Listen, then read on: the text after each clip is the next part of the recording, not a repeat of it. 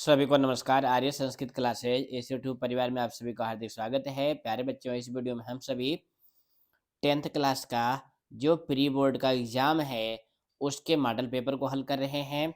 तो पार्ट 1 की वीडियो में हम लोग क्वेश्चन 1 को पढ़े थे, पार्ट 2 की वीडियो में क्वेश्चन 2 को। इस वीडियो में खंड खा के अंतर्गत रचनात्मक कार्यम है, इसमें हम लोग चित्र वर्णन और अनुवाद को करेंगे। साथ ही साथ जो खंड गा है अनुप्रयुक्त व्याकरण 25 अंक का, इसके प्रश्नों को भी हल करेंगे। तो प्यारे बच्चों, आपके पेपर में बहुत कम समय बचा हुआ है, इसलिए आप संस्कृत की तैयारी अच्छे से कर लें। तो देखिए, खंड खा के अंतर्गत प्रश्न नंबर 3 में क्या आएगा? चित्र वर्णन आएगा। एक चित्र दिया गया होगा, उसको देखकर मंजूषा में दिए गए पदों की सहायता से आपको 5 वाक्य निर्माण करने हैं और इनके लिए आपको 5 अंक भी प्राप्त किए जाएंगे। तो 5 वाक्य लिखने से 5 नंबर आपको मिलेगा। तो वाक्य कैसे बनाने हैं? देखिए, कुछ बच्चे क्या करते हैं, लिख देते हैं अस्मिन चित्रे अध्यापिका अस्ति। तो अस्मिन लिखने में ही कुछ बच्चे जो है गलत कर देते हैं, क्योंकि अस्मिन जो है इस तरह से लिखा जाता है। लेकिन कुछ बच्चे कैसे लिख देते हैं, कुछ बच्चे हमने देखा है अस्मीन लिख देते हैं, कुछ लिख देते हैं। तो ऐसा नहीं करना है, आपको अस्मिन लिखना ही नहीं है। वाक्य छोटा होगा तब भी आपको एक वाक्य के 1 नंबर मिलेंगे, बड़ा वाक्य होगा तब भी एक वाक्य के 1 नंबर मिलेंगे। तो आप सीधा-सीधा लिखेंगे, चित्रे अध्यापिका पाठयति। पाठयति क्रिया यहाँ पे देखो मंजूषा में भी दी गई है, पठंती भी दी गई है, शृण्वन्ति, पृच्छन्ति। इस तरह से बहुत सारे पद आपको मंजूषा में मिल जाएँगे। तो आप इनकी सहायता भी ले सकते हैं या स्वयं अपनी तरफ से भी वाक्य बनाएँगे, तब भी आपको पूरे अंक मिलेंगे। दूसरा वाक्य बनाएँगे, चित्रे छात्राः पठन्ति। चित्र में बच्चे पढ़ रहे हैं। चित्रे उत्पीठिका अस्ति। चित्र में मेज है। उत्पीठिका माने क्या होता है? मेज। ये चित्र में अभी आपको दिखाई दे रही है और मंजूषा में भी दिया गया है। चित्रे पुस्तकानि सन्ति। चित्र में किताबें हैं। प्यारे बच्चों, अस्ति और सन्ति इसका आपको ध्यान देना है। एक व्यक्ति या वस्तु रहेगा तो उसके लिए अस्ति का प्रयोग करेंगे, और जो बहुत से रहेंगे, बहुवचन का प्रयोग करेंगे, तब सन्ति का प्रयोग करेंगे। तो पुस्तकानि बहुवचन है, इसलिए सन्ति का प्रयोग करना है। अगला वाक्य है, चित्रे आसन्दाः सन्ति। चित्र में कुर्सियां हैं। देखो, सभी बच्चे अलग अलग कुर्सी पर बैठे हुए हैं और मंजूषा में आसन्दाः पद भी दिया गया है। अगला वाक्य बनाएंगे, छात्राः हसन्ति। बच्चे देखो हंस भी रहे हैं और हसंत क्रिया भी मंजूषा में दी गई है। और जब आपसे कोई वाक्य न बन पाए, तब आप इस वाक्य को लिख देंगे, चित्रम सुंदरम अस्ति। तब भी आपको पूरे अंक प्राप्त होंगे। इस तरह से हमने 7 वाक्य बनाए हैं। आप पेपर में 5 या 6 वाक्य लिखें। इसके अथवा के रूप में अनुच्छेद लेखन आता है। उसमें एक टॉपिक दिया गया होगा, जैसे यहाँ पे देखो लिखा गया है, मंजूषा प्रदत्त शब्दानाम सहायेन। मंजूषा में दिए गए शब्दों की सहायता से निम्नलिखितम विषयम अधिकृत्य। नीचे लिखे हुए विषय को आधार बनाकर पंचभी संस्कृत वाक्यई, 5 संस्कृत वाक्यों के द्वारा एकम अनुच्छेदम लिखत। ये अनुच्छेद लेखन का प्रश्न है, जो चित्र वर्णन के अथवा के रूप में आता है। इसमें भी मंजूषा दी गई होगी और टॉपिक क्या है? देशस्य सैनिकाः, यानी देश के सैनिक। तो हम तो आपसे कहेंगे कि इससे अच्छा चित्र वर्णन का प्रश्न होता है, आप इसको करें। लेकिन अगर इसको लिखेंगे तो कैसे लिखेंगे? पहला वाक्य बनाएंगे, सैनिकाः देश रक्षाम कुर्वन्ति। अब देखो, सैनिकाः यही टॉपिक में ही है, देश रक्षाम यहाँ पर है, कुर्वन्ति भी मंजूषा में दिया गया है। तीनों को मिलाया, वाक्य हमारा कंप्लीट हो गया। सैनिक देश की रक्षा करते हैं। दूसरा वाक्य, सैनिकः सीमा प्रहरी भवति। सैनिक जो होते हैं सीमा प्रहरी होते हैं, मतलब सीमा की रक्षा करते हैं। जो बॉर्डर होता है उसकी रखवाली करते हैं हमारे देश के सैनिक। जनाः सुखेन वसन्ति। लोग जो हैं सुखपूर्वक रहते हैं। परिवाराः सुरक्षिताः भवन्ति। और जो हमारी फैमिली है वो भी सुरक्षित रहती है जब बॉर्डर पे हमारे सिपाही तैनात होते हैं। सैनिकाः शत्रूणां दमनम कुर्वन्ति। सैनिक जो हैं शत्रुओं का दमन करते हैं, यानी उनको मार के भगा देते हैं। तो इस तरह से अगर आप अनुच्छेद लिखना चाहते हैं तो आप इस क्वेश्चन को लिख सकते हैं। इसके बाद प्रश्न नंबर 4 में ट्रांसलेशन आएगा। ये आपके पेपर का सबसे कठिन क्वेश्चन होता है, क्योंकि इसमें पूरा पूरा आपको अपनी तरफ से लिखना होता है। तो कुछ बच्चों को समझ में नहीं आता इसमें करना क्या है। कहते हैं सर जी हिंदी भी दी गई है, इंग्लिश भी दी गई है, इसमें क्या करना है। तो यहाँ पे देखो लिखा गया है, अधोलिखितानि वाक्यानि संस्कृत भाषया अनुद्य। अनुद्य मतलब होता है अनुवाद करके, यानी ट्रांसलेट करके लिखत लिखो, केवलम पंचवाक्यम, केवल 5 वाक्य लेना है और 5 नंबर का ट्रांसलेशन आता है। ये आप मिड टर्म का पेपर दे चुके हैं तो देख चुके हैं। तो पहला वाक्य है, मैं गुरुकुल में रहता हूँ। क्या है, मैं गुरुकुल में रहता हूँ। अब ये कैसा वाक्य है, वर्तमान काल का वाक्य है। सब्जेक्ट क्या है, मैं को संस्कृत में क्या कहते हैं, अहम। तो वाक्य बन जाएगा आपका, अहम गुरुकुले वसामी।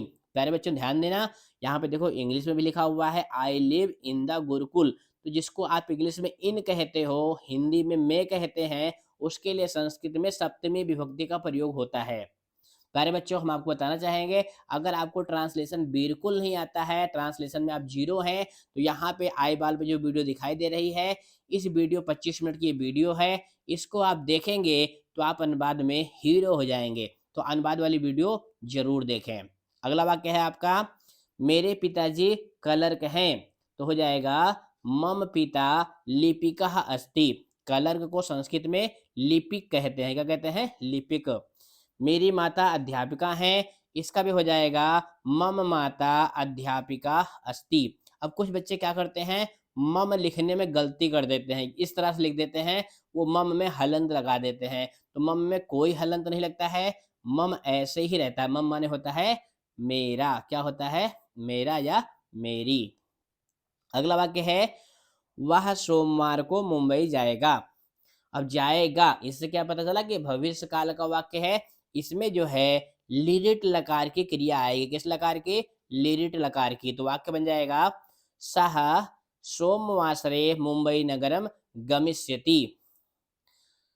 अगला वाक्य है, हम लोग वहां कब जाएंगे। यहाँ पे देखो जाओगे लिखा हुआ है, लेकिन वाक्य के अनुसार जाओगे नहीं बैठ रहा है, तो इसका हो जाएगा, हम लोग वहां कब जाएंगे।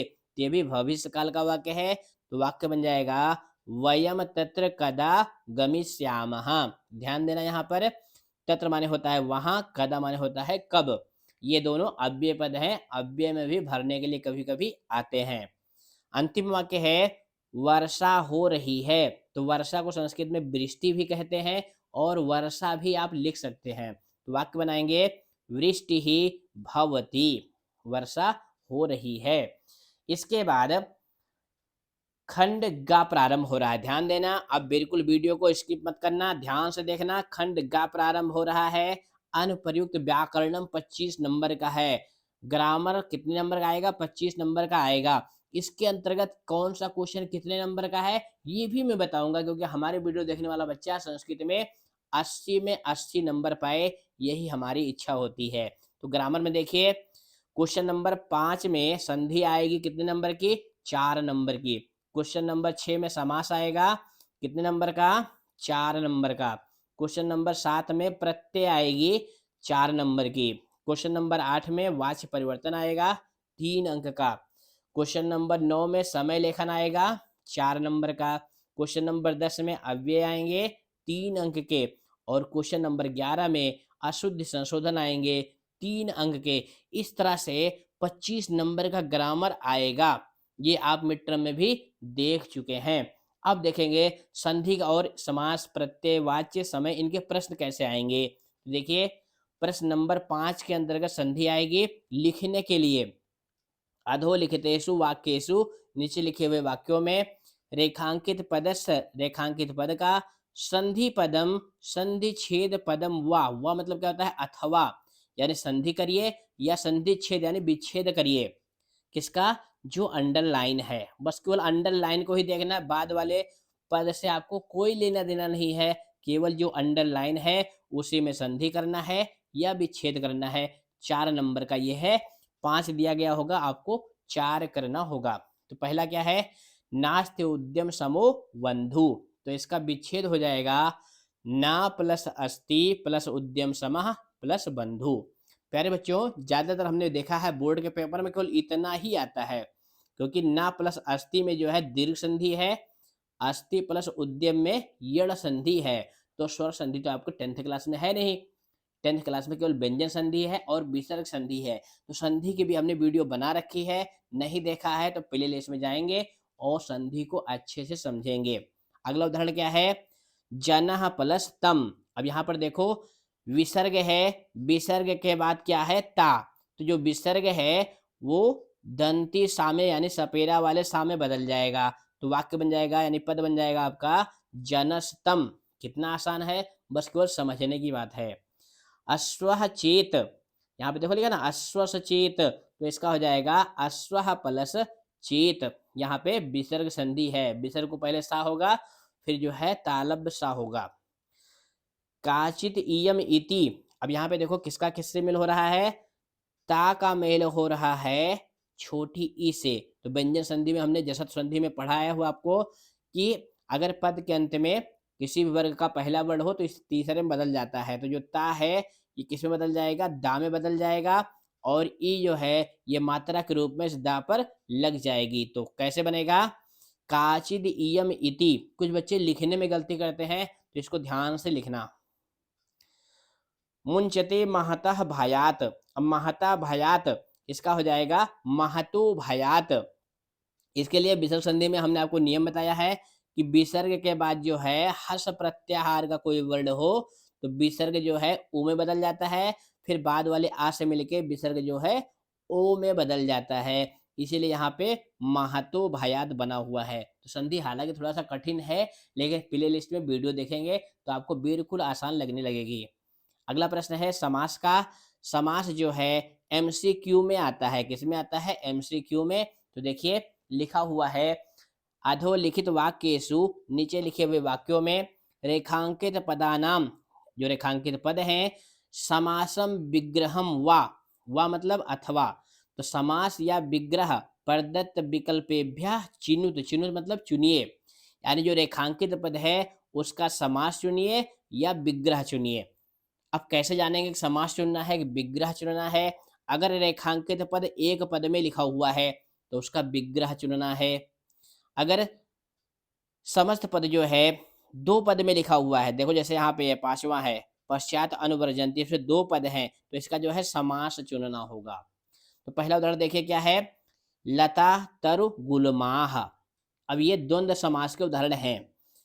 इसका कौन सा विकल्प सही होगा, ये पहला वाला विकल्प सही होगा, लताश्चा तरवाश्चा गुलमाश्चा।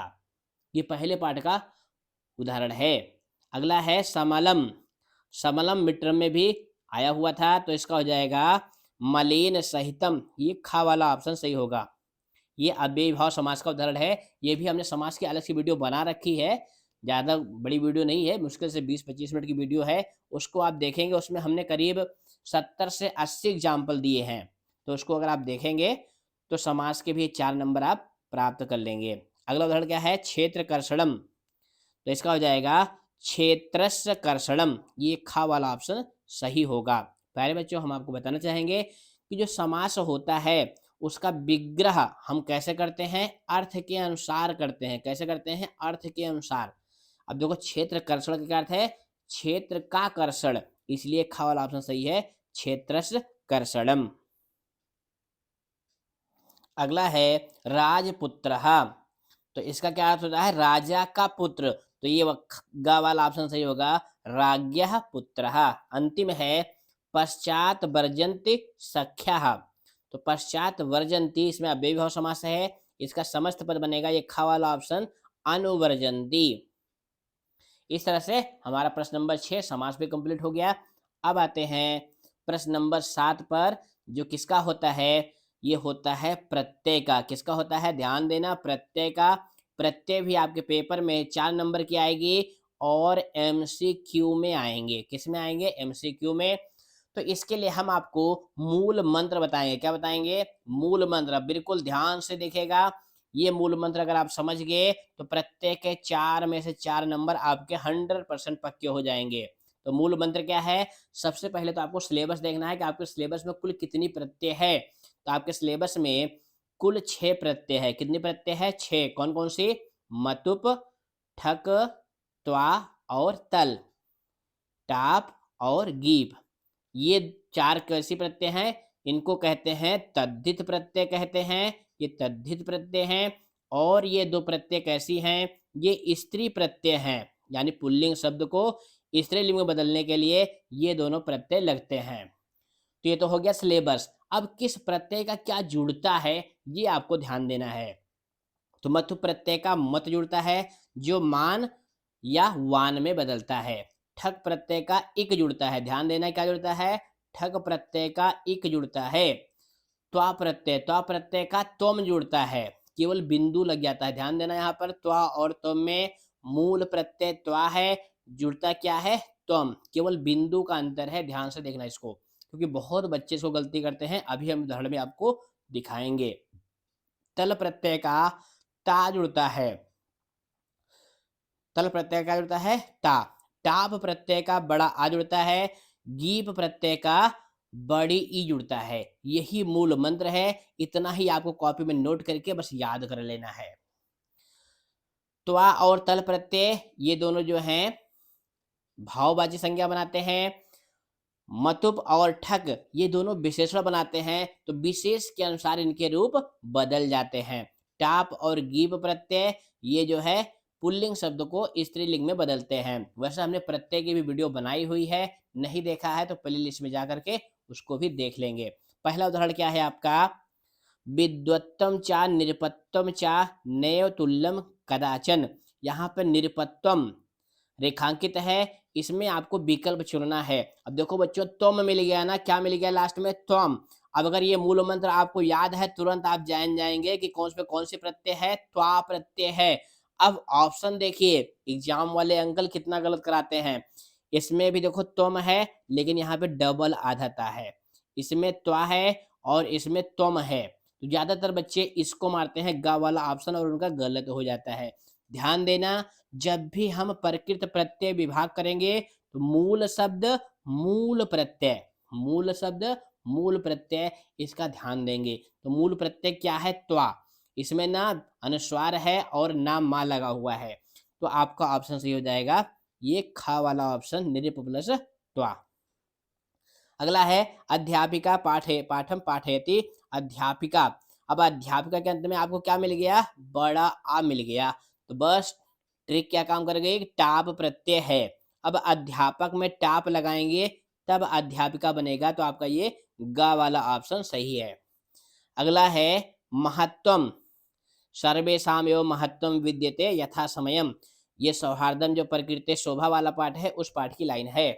तो महत्व में इस कौन से प्रत्यय है? त्वा प्रत्यय है। तो आपका ऑप्शन सही है खा वाला ऑप्शन, महत प्लस त्वा। अगला क्वेश्चन क्या है? माला रमणीया। यहाँ पे रमणीया जो है रेखांकित है। तो रमणीया में आपको अंत में क्या मिल गया? बड़ा आ। तो बड़ा आ किसमें जुड़ता है? टाप प्रत्यय का। तो टाप देखिए किसमें है? ये देखो रमणीय प्लस टाप, ये सही हो जाएगा। आपको आसान लगने लगा होगा अगर ये मूल मंत्र अगर आपको याद हो गया। यत्र आस्ते सा धूर्ता तत्र गम्यताम। ये जो है दूसरे पाठ की लाइन है। कौन सा? बुद्धिर बलवती सदा। तो धूर्ता। अब धूर्ता के अंत में भी क्या मिल गया? बड़ा आ मिल गया। तो इसमें भी टाप प्रत्यय है। तो देखिए टाप प्रत्यय किस एग्जाम्पल में है? खा वाले ऑप्शन में है। तो इस तरह से अगर आपको ये मूल मंत्र याद हो गया तो प्रत्यय आपकी 100% सही हो जाएगी। बच्चों वीडियो पसंद आ रही है तो उसको लाइक करें और अपने दोस्तों को भी जरूर शेयर करें। इसके बाद अगला क्वेश्चन क्या होता है? वाच्य परिवर्तन का। देखो यहाँ पे लिखा हुआ है वाच्यानुसारम। वाच्य के अनुसार उचितैः पदैः, उचित पदों के द्वारा रिक्त स्थानानि पूरयित्वा, रिक्त स्थान भरकर अधोलिखितम संवादम, नीचे लिखे हुए संवाद को विकल्पेन पूरयत। प्यारे बच्चों, जो वाच्य परिवर्तन आता है पेपर में वो संवाद के रूप में आता है। किस रूप में आता है? संवाद के रूप में आता है। वाच्य 3 प्रकार के होते हैं, कर्तृवाच्य, कर्मवाच्य, भाववाच्य। अब पहला वाक्य देखिए क्या लिखा हुआ है। प्रियंका कहती है रोहित किम पठसी। अब यहाँ पे देखो कर्ता जो है रिक्त स्थान में है, त्वम, अहम, त्वया। अब यहाँ पे देखो क्रिया क्या है, पठसी, तो इसका हो जाएगा ये का वाला ऑप्शन सही होगा, त्वम। त्वम किम पठसी। प्रियंका ने रोहित से पूछा तुम क्या पढ़ते हो। अब रोहितः, रोहित जो है उत्तर दे रहा है मया संस्कृतस्य पुस्तकम। अब यहाँ पे क्या भरेंगे, क्रियापद गायब है, पठ्यते, पठामि, पठसी। तो ध्यान देना बच्चों, कर्ता में तृतीया आ गया, क्या मिल गया, मया, तो मया है तो इसका हो जाएगा ये का वाला ऑप्शन, पठ्यते। प्रियंका फिर प्रश्न पूछती है उत्तमम, ठीक है, तो शुद्धम वर्तते, तुम्हारा शुद्ध है, इसको लो, श्लोको उच्चारण, श्लोको उच्चारणम, श्लोको उच्चारण। अब यहाँ पे क्या सही होगा, इसमें सही होगा ये खा वाला ऑप्शन, श्लोको उच्चारणम। क्यों, क्योंकि यहाँ पे शुद्धम जो है उसका विशेषण है, तो इसमें भी माँ आएगा लास्ट में, श्लोको उच्चारणम। अंतिम है आम, ये कौन कह रहा है, ये जो है रोहित कह रहा है आम, हाँ, प्रतिदिनम, प्रतिदिन श्लोकोच्चारणस्य अभ्यासा क्रियते। अब क्रियते, जिस क्रिया के लास्ट में आपको यते या यंते मिल जाए, क्या मिल जाए, यते मिल जाए या यंते मिल जाए, तो समझ जाना कि ये कर्मवाच्य या भाववाच्य की क्रिया है। तो कर्ता में तृतीया आएगा, तो तृतीया किस में है, माया में है, तो आपका ये गा वाला ऑप्शन सही हो जाएगा। इसके बाद प्रश्न नंबर 9 है संख्या का, संख्या नहीं है ये समय लेखन है, क्या है, समय लेखन, 4 नंबर का संस्कृत में टाइम आता है आपके पेपर में, प्रश्न नंबर 9 में। अब यहाँ पर देखो इन्होंने एमसीक्यू में दिया है, लेकिन बोर्ड के एग्जाम में एमसीक्यू में नहीं आता है, नहीं आएगा। ये मॉडल पेपर है, यहाँ पे एमसीक्यू में दिया है, लेकिन बोर्ड एग्जाम में एमसीक्यू में नहीं आएगा, आपको पूरा पूरा लिखना होगा। तो पहला क्या है 5:30, तो इसको क्या कहते हैं, सपाद पंचवादने, तो आपका ये खा वाला ऑप्शन सही है। दूसरा है 7:45, अब 7:45 को क्या कहेंगे, पादोन अष्टवादने। बहुत बच्चे क्या करते हैं, इसको सही कर देते हैं और ये गलत है। पादोन सप्तवादने का मतलब होता है 7:15, लेकिन यहाँ पे 7:45 हो रहा है, तो इसको लिखेंगे पादोन अष्टवादने।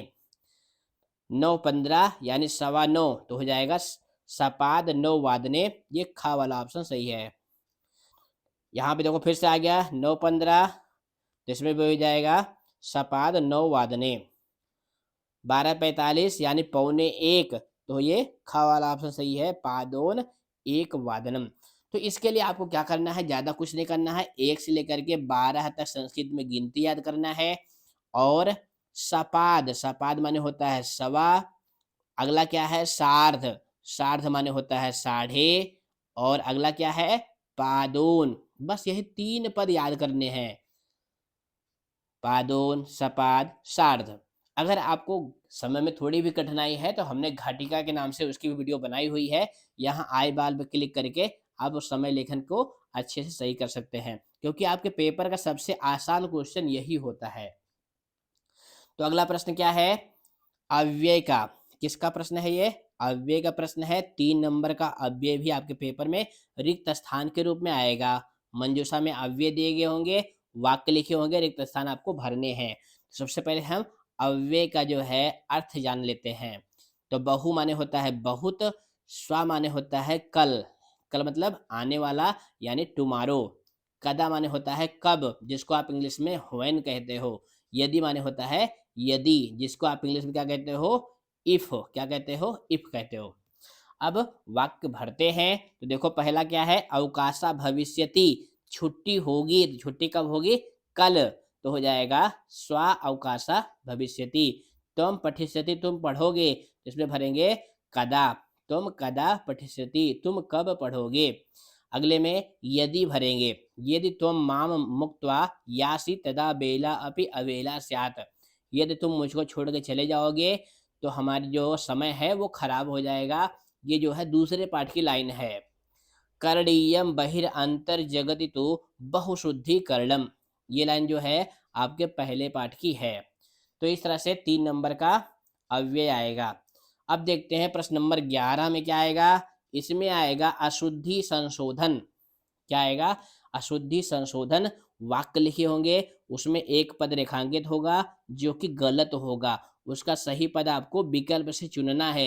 यही ध्यान देना है, क्योंकि संस्कृत पेपर में ज़्यादा दिमाग नहीं लगाना होता है, बस स्मार्टनेस दिखानी होती है कि पेपर से ही उत्तर आप कैसे चुन रहे हैं। तो यहाँ पर देखो, अहम क्रीडा क्षेत्रे क्रीडति, तो क्रीडति जो है गलत है। क्रीडसि, क्रीडामः, क्रीडामि, कौन सा सही है? तो इसके लिए बुद्धि कहाँ लगाएंगे कि जो कर्ता है अहम, ये उत्तम पुरुष एक वचन का है, तो इसके साथ आएगा क्रीडामि। भयंकरा, तो सिंहः भयंकरा वने वसति। अब ये जो भयंकरा है ये वने का विशेषण है, तो वने में भी सप्तमी है, तो हो जाएगा भयंकरे। ये आपका का वाला ऑप्शन सही होगा। ध्यान देना, ये विशेषण और विशेष की अशुद्धि है, तो इसमें यह का वाला ऑप्शन सही है, भयंकरे। सह भोजनम कुरु, अब यहाँ पे सह जो है अशुद्ध है, तो शुद्ध क्या होगा, रामः अहम त्वम। तो ध्यान देना बच्चों, जो कुरु जो है ये लोट लकार, किस लकार, लोट लकार आज्ञा वाले में होता है, उसमें जो है मध्यम पुरुष एक वचन का सब क्रियापद है। कुरु, कुरु मतलब करो, तो इसका हो जाएगा त्वम। ये गा वाला ऑप्शन सही होगा, त्वम भोजनम कुरु, तुम भोजन करो। अंतिम है ताह सुंदर्यः बालिका नृत्यन्ति। अब यहाँ पे सुंदर्यः और ताह ये जो है बहुवचन के सब्जेक्ट हैं, तो ये बालिका जो है इसका भी बहुवचन हो जाएगा, तो ये गा वाला ऑप्शन से होगा बालिकाः। तो इस तरह से कभी कभी कर्ता और क्रिया की शुद्धि आती है, कभी कभी लिंग या विशेषण की शुद्धि आती है, तो ये अशुद्धि संशोधन भी 3 नंबर की आएगी। तो इस तरह से हमारा जो है कौन कौन से खंड कंप्लीट हो गया, का, खा और गा, 3 खंड हमारे कंप्लीट हो गए। अब अगली वीडियो में हम लोग चौथे खंड को सॉल्व करेंगे, पठित अवबोधन को। तो प्लीज़ बच्चों, फिर मिलेंगे अगली वीडियो में। धन्यवाद।